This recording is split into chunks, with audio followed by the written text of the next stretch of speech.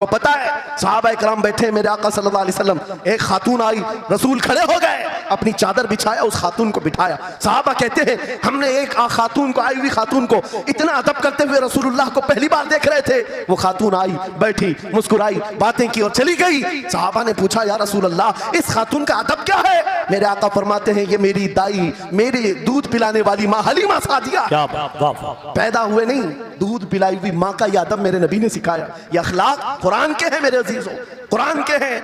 याद रखो नौजवानों, इन बूढ़े माँ बाप को आज जितने लोगों ने तरसाया है और उन्हें घुट घुट कर जीने पर मजबूर किया है, वो आज की रात तौबा करके जाएं, तौबा करके जाएं, मुसाफा करें, उनके हाथ चूमें।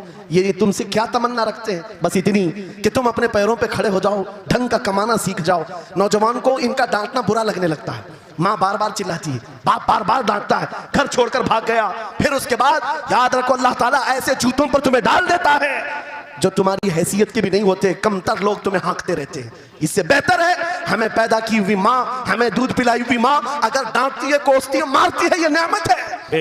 एक नौजवान के बारे में मैं अक्सर कहा करता, हमारे साउथ का था, बड़ा बिगड़ा हुआ, माँ मेरे पास आई थी, कह रही थी इसको समझा ले, मैं बेवा हूँ, मैं बेवा हूँ, इसका बाप बचपन में मर गया, ये बच्चा 2 साल का था, मेरा शोहर मर गया, मैं घरों की पतीलियां मांझ मांझ करके इस बच्चे को बड़ा की हूं, लेकिन आज ये औबाश बन गया है। बदमाशों की दोस्ती।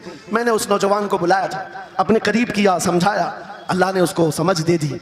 वो लड़का थोड़ा बहुत सीधे रास्ते पर आया और बेंगलुरु गया था कमाने के लिए। मैंने कहा नौकरी कर, तेरी माँ कुछ नहीं चाहती, वो जिंदगी तो गुजार चुकी, अपने हाथों से कमाई है, बस ये चाहती है कि तेरी कमाई का एक लुकमा खा ले।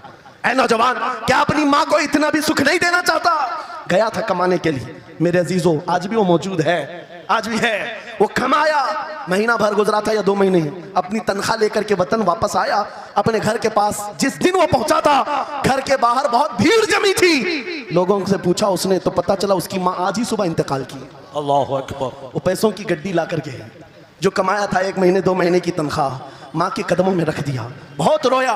ये बात मैं तकरीरों में इसलिए कहता हूँ, उसने कई बार कहा मुफ्ती साहब नौजवानों को सिर्फ इतनी बात कहें, मैं इस अजाब में रोज मरता हूँ, मेरी माँ जिंदगी भर लोगों के जूठे मांझ करके मुझे खिलाती रही और मैं एक लुकमा मेरी माँ को खिला ना सका।